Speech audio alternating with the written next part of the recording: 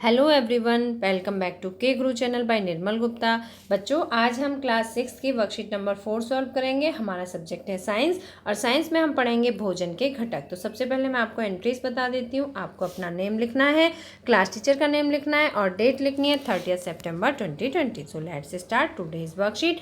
और बच्चों, आज की वर्कशीट में आप पढ़ेंगे भोजन के घटक, जिसमें आप जानेंगे प्रोटीन के बारे में। देखिए बच्चों, पिछले कार्यपत्रक में आपने कार्बोहाइड्रेट और उसके परीक्षण के बारे में पढ़ा था। किसके बारे में पढ़ा था बच्चों? कार्बोहाइड्रेट के बारे में। कार्बोहाइड्रेट के सोर्स जाने थे और परीक्षण भी जाना था कि किस तरह से आप पहचानेंगे कि इस खाद्य पदार्थ में कार्बोहाइड्रेट है। अब इस कार्यपत्रक में आप प्रोटीन के बारे में जानेंगे। किसके बारे में हम पढ़ेंगे? प्रोटीन के बारे में। जैसा कि आप पहले से ही जानते हैं कि प्रोटीन शरीर की वृद्धि, शरीर की टूट फूट की मरम्मत के लिए आवश्यक पोषक तत्व है। ठीक है, तो सर जो प्रोटीन है उसका कार्य क्या होता है बच्चों? शरीर की वृद्धि करना और दूसरा शरीर की टूट फूट की मरम्मत करना। ठीक है, ये किसका कार्य होता है? प्रोटीन का कार्य है। क्या आपको कुछ खाद्य पदार्थों के नाम याद हैं जिनमें प्रोटीन होता है? आइए नीचे दिखाए गए चित्रों से प्रोटीन के स्रोतों की पहचान करने की कोशिश करें। जो खाद्य पदार्थ प्रोटीन के स्रोत हैं उनके चित्र पर सही का निशान लगाएं। तो बच्चों, आपको क्या करना है? जो खाद्य पदार्थ प्रोटीन के स्रोत हैं उन पर आपको सही का निशान लगाना है। तो यहाँ पर देखिए कुछ खाद्य पदार्थ दिए गए हैं, जैसे कि ये हरी सब्जी है। तो बच्चों, हरी सब्जी प्रोटीन का स्रोत होती है। इसके अलावा यहाँ पर मूंगफली है, ये भी प्रोटीन का स्रोत होती है। अंडे का चित्र दिखाया गया है, ये भी प्रोटीन का स्रोत होता है। बच्चों, ये जो चित्र है ये क्लियर नहीं है। इसके अलावा यहाँ पर जो अनाज के चित्र दाने दिखाए गए हैं और यहाँ पर वीट्स की बालें दिखाई गई हैं, तो ये भी प्रोटीन का स्रोत है।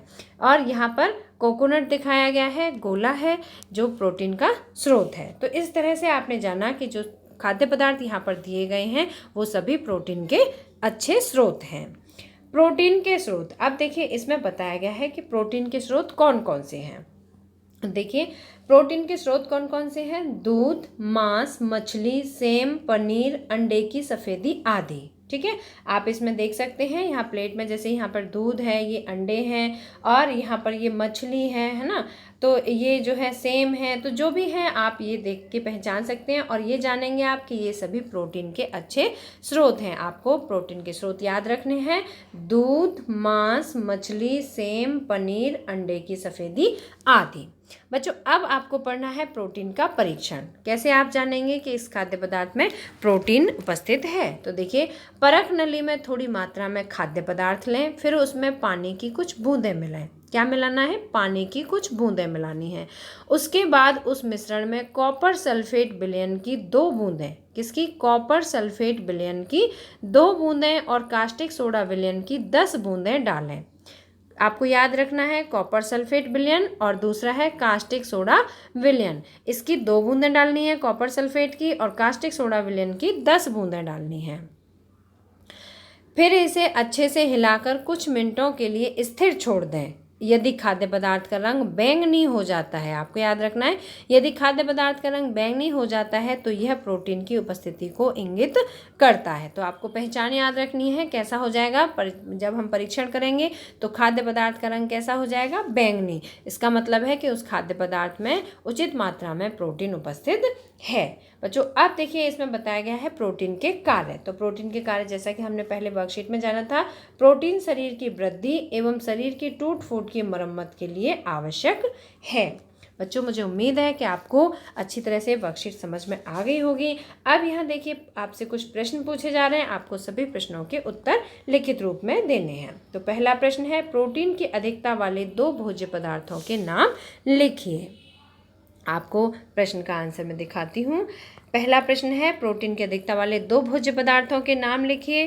तो इसका करेक्ट आंसर है मूंगफली और अनाज। बच्चों, अनाज में भी प्रचुर मात्रा में प्रोटीन होती है और इसके अलावा मूंगफली में भी प्रचुर मात्रा में प्रोटीन होती है। अब देखिए प्रश्न नंबर 2, प्रोटीन के 2 स्रोतों के नाम लिखिए। आपको क्या लिखना है? प्रोटीन के 2 स्रोत अभी हमने वर्कशीट में पढ़े थे। तो देखिए दूध और मांस। ठीक है, दूध और मांस। प्रोटीन की जांच के लिए आवश्यक रासायनिक पदार्थ क्या है? अगर हम प्रोटीन की जांच करते हैं किसी खाद्य पदार्थ में तो किस रासायनिक पदार्थ का प्रयोग किया जाएगा उसके लिए? तो इसका आंसर है कॉपर सल्फेट विलयन तथा कास्टिक सोडा विलयन। ये 2 आवश्यक रासायनिक पदार्थ हैं। हमने अभी पढ़ा था कि कॉपर सल्फेट विलयन जो होता है इसकी कितनी बूंदें डालनी है? 2 बूंद। और कास्टिक सोडा की कितनी बूंदें डालनी है? 10 बूंद। तो इस तरह से अगर हम किसी खाद्य पदार्थ में 2 बूंद और 10 बूंद के रेशियो से मिलाकर अगर हम उसे चेक करेंगे तो हमें पता चलेगा कि इस खाद्य पदार्थ में प्रोटीन है या नहीं है। अगर बैंगनी रंग हो जाता है तो प्रोटीन है और अगर बैंगनी रंग नहीं होता है तो प्रोटीन नहीं है। तो आपको रासायनिक पदार्थों के नाम याद रखने हैं, कॉपर सल्फेट विलयन और कास्टिक सोडा विलयन। प्रश्न नंबर 4 है, प्रोटीन का सेवन अनुचित मात्रा में करने पर हमारे शारीरिक तंत्र में क्या होगा? बच्चों, अगर हम प्रोटीन का अनुचित मात्रा में सेवन करेंगे तो क्या होगा? देखो आंसर, प्रोटीन का सेवन अनुचित मात्रा में करने पर हमारे शरीर में अनेकों समस्याएं उत्पन्न हो सकती हैं, जैसे बीमारियों से ठीक होने में अधिक समय लगना। बच्चों, ये भी एक बहुत बड़ी समस्या है कि बीमारी से ठीक होने में बहुत अधिक समय लग जाए। तो इसका मतलब क्या है कि शरीर के अंदर जो प्रतिरक्षी एंटीबायोटिक्स हैं वो कम है ना। तो शरीर से बीमारियों से ठीक होने में अधिक समय लगना, बार बार भूख लगना, बालों का पतला होना, सर के बाल बहुत पतले हो जाते हैं प्रोटीन की कमी के कारण, बालों का पतला होना, शारीरिक विकास में कमी तथा दिमागी थकावट आदि। ये क्या थे? ये सभी वो परेशानियां हैं जो कि प्रोटीन का सेवन अनुचित मात्रा में करने पर होती हैं। प्रश्न नंबर 5 है, यदि आप प्रतिदिन मांस व अंडे की सफेदी खाते हैं तो क्या आपको इन भोज्य पदार्थों से अन्य पोषक तत्व प्राप्त होंगे? तो आप बताइए कि क्या आपको इनके अलावा इनसे आपको कौन कौन से पौष्टिक तत्व, भोज्य पदार्थों से कौन कौन से पौष्टिक तत्व प्राप्त होंगे? तो आपको बताना है हाँ, यदि हम प्रतिदिन मांस व अंडे की सफेदी खाते हैं तो हमें इन भोज्य पदार्थों से अन्य पोषक तत्व भी प्राप्त होंगे। अन्य का मतलब है, आज हम प्रोटीन के बारे में पढ़ रहे हैं तो प्रोटीन के तो ये अच्छे सोर्स हैं ही, हमें प्रोटीन तो प्राप्त होगा ही। इसके अलावा vitamin B, vitamin E, iron, calcium व फॉस्फोरस आदि, ये सभी पोषक तत्व भी प्राप्त होंगे। तो बच्चों, मुझे उम्मीद है आपको आज की वर्कशीट अच्छी तरह से समझ में आ गई होगी। अगर आपको वीडियो पसंद आया है तो लाइक करना, अपने फ्रेंड्स के साथ शेयर करना, और अगर आपने अभी तक सब्सक्राइब नहीं किया तो हमारे चैनल को सब्सक्राइब जरूर करना। मिलते हैं फिर इसी तरह की नेक्स्ट एजुकेशनल वीडियो में। Till then, bye bye, good luck to all of you.